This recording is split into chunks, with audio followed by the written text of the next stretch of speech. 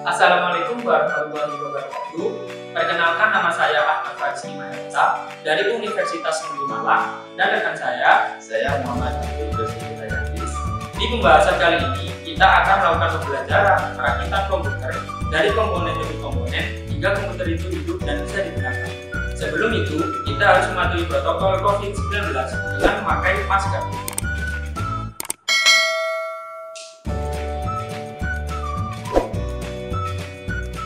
Oke, selanjutnya kita akan langsung melakukan perakitan komputer.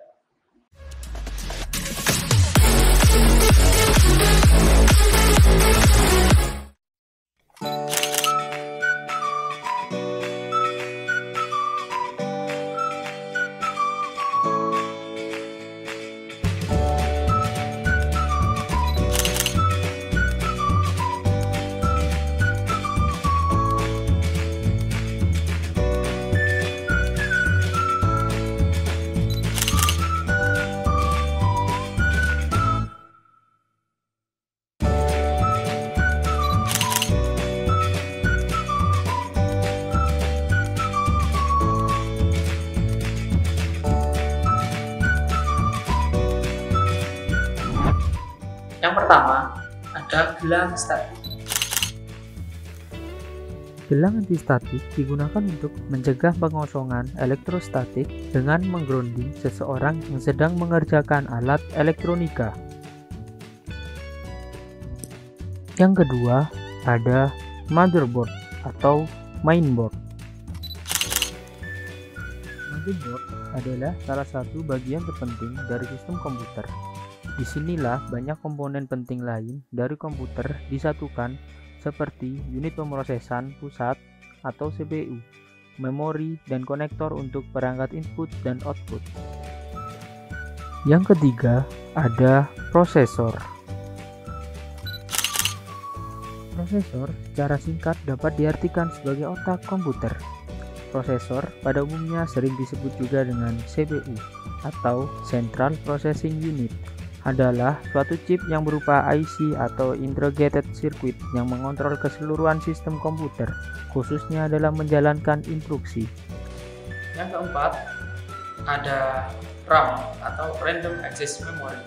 Di sini kita menggunakan kapasitas 2 kali 2 GB DDR3.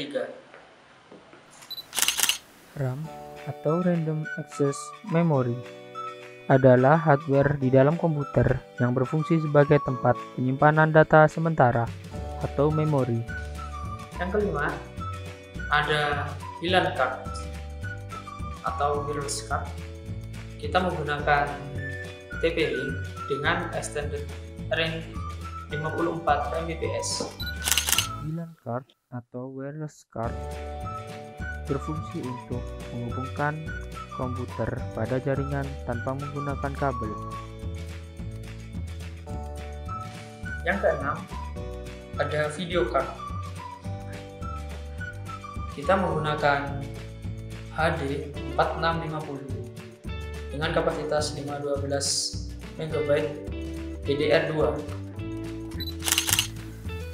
Video card adalah kartu ekspansi yang memungkinkan komputer mengirim informasi grafis ke perangkat tampilan video seperti monitor, TV, atau proyektor. Yang ketujuh, ada DVD-ROM atau CD-ROM.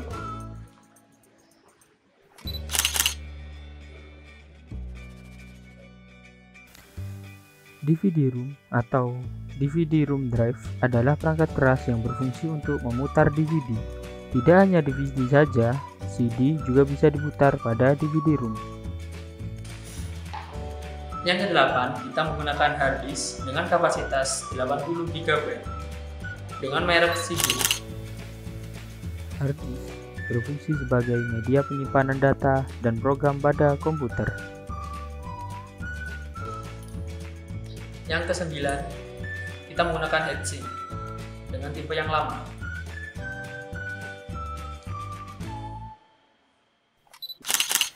Heatsink berfungsi untuk mengendalikan atau mendinginkan temperatur pada komponen komputer.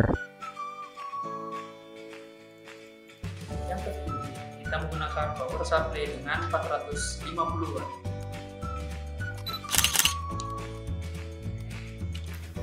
Power supply atau PSU merupakan suatu komponen komputer yang mempunyai fungsi sebagai pemberi suatu tegangan serta arus listrik kepada komponen-komponen komputer lainnya yang telah terpasang dengan baik pada motherboard. Untuk kabel penghubung, kita menggunakan kabel ATA. Kabel ATA berfungsi untuk menghubungkan perangkat penyimpanan langsung dengan motherboard yang umumnya terdiri dari 40 kabel paralel serta 3 konektor. Biasanya, konektor biru untuk motherboard serta konektor hitam serta konektor kelabu untuk 2 perangkat penyimpanan. Jangan lupa siapkan casing pada perakitan komputer. Casing adalah rumah bagi perangkat keras utama komputer. Jangan lupa siapkan kabel power untuk power supply. Dan jangan lupa persiapkan kabel VGA, yaitu kabel yang menghubungkan casing atau CPU dengan monitor. Dan jangan lupa siapkan monitor untuk output dari komputer. Monitor berfungsi untuk menampilkan outputan dari komputer. Jangan lupa siapkan mouse untuk inputan dan menggerakkan pointer di dalam monitor. Jangan lupa siapkan keyboard untuk inputan alfabet, angka, atau simbol kepada komputer. Persiapkan alat untuk membongkar komputer dan memasang komputer, yaitu yang pertama ada obeng minus dan yang kedua ada obeng plus. Berikutnya kita masuk ke dalam perakitan komputer. Langkah pertama yang harus dilakukan adalah memasang prosesor ke motherboard. Pastikan saat memasang, letak prosesor sudah sesuai. Jika sudah sesuai, lalu tutup dan kunci pengaman pada prosesor.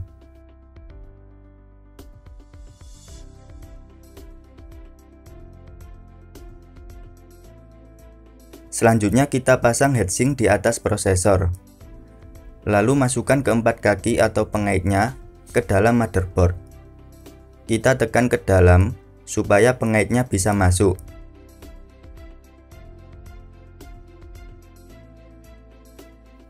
Kemudian kita putar pengaitnya ke kanan untuk menguncinya.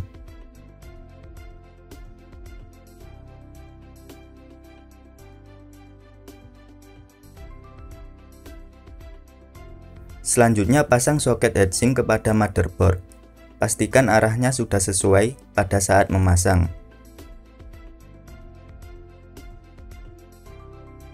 Kemudian pemasangan RAM.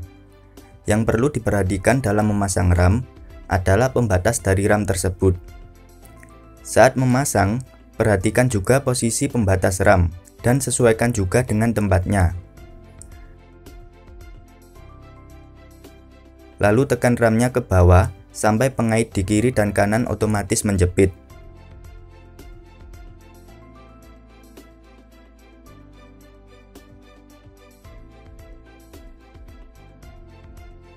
Selanjutnya adalah pemasangan komponen-komponen ke dalam casing.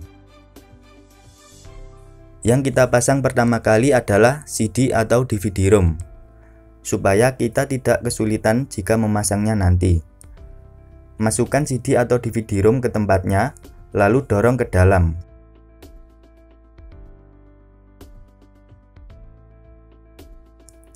Kemudian kita pasang skrup untuk menjaga CD atau DVD-ROM agar rapat dan tidak goyang.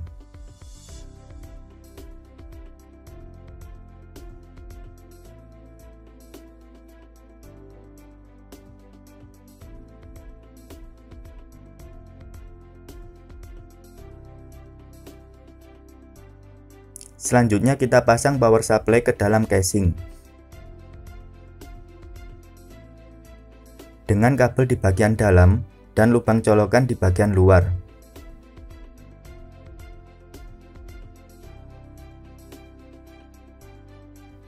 Setelah kita pasang dengan pas, lalu kita pasang juga skrupnya di bagian belakang.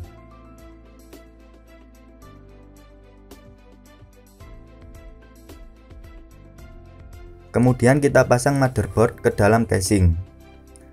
Kita perhatikan juga tata letak motherboard dan tempat skrup yang akan digunakan untuk motherboard nantinya.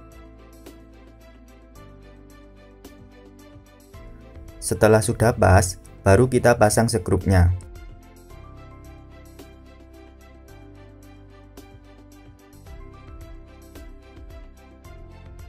Berikutnya adalah pemasangan harddisk ke dalam casing. Kita masukkan harddisk ke dalam casing sesuai dengan tempat harddisk.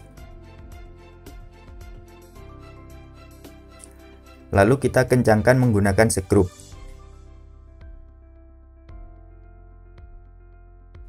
Selanjutnya kita pasang wireless LAN card.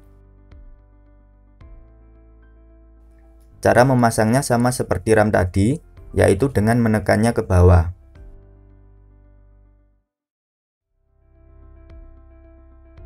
Lalu kita pasang juga video card, sama seperti wireless LAN card tadi.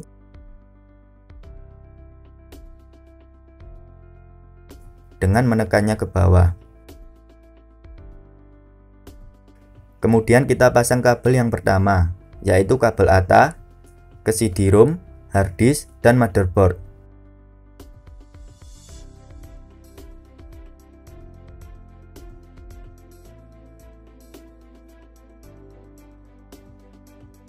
Selanjutnya kita pasang kabel yang ada pada power supply ke motherboard dan komponen lainnya. Cara memasangnya cukup mudah, tinggal kita cari saja tempat yang sesuai dengan colokan kabelnya. Pertama kita pasang kabel power supply ke dalam motherboard.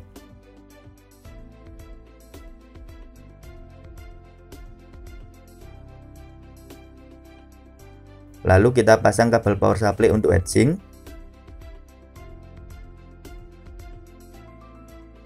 Dan kita pasang juga kabel power supply yang untuk CD-ROM dan harddisk.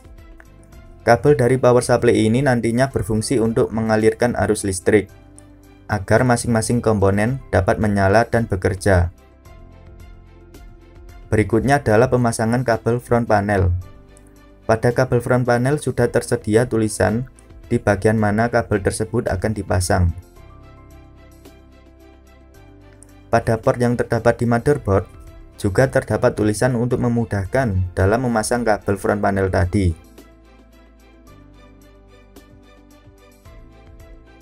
Kemudian kita pasang kabel front panel ke dalam port sesuai dengan tulisannya.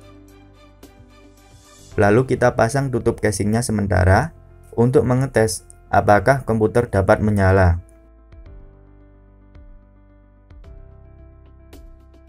Selanjutnya kita pasangkan kabel power untuk memberi aliran listrik ke power supply untuk disalurkan ke komponen yang lainnya.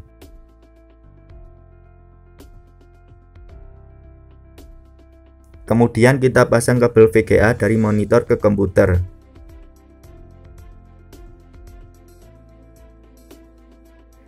Kita pasang juga kabel dari keyboard dan mouse ke komputer.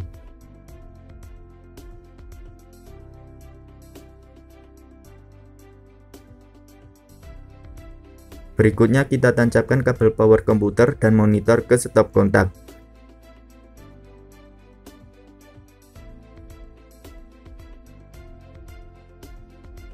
Lalu yang terakhir, kita tekan tombol power untuk menyalakan komputer. Jika komputer berhasil menyala, berarti hasil dari langkah-langkah perakitan kita tadi sudah benar.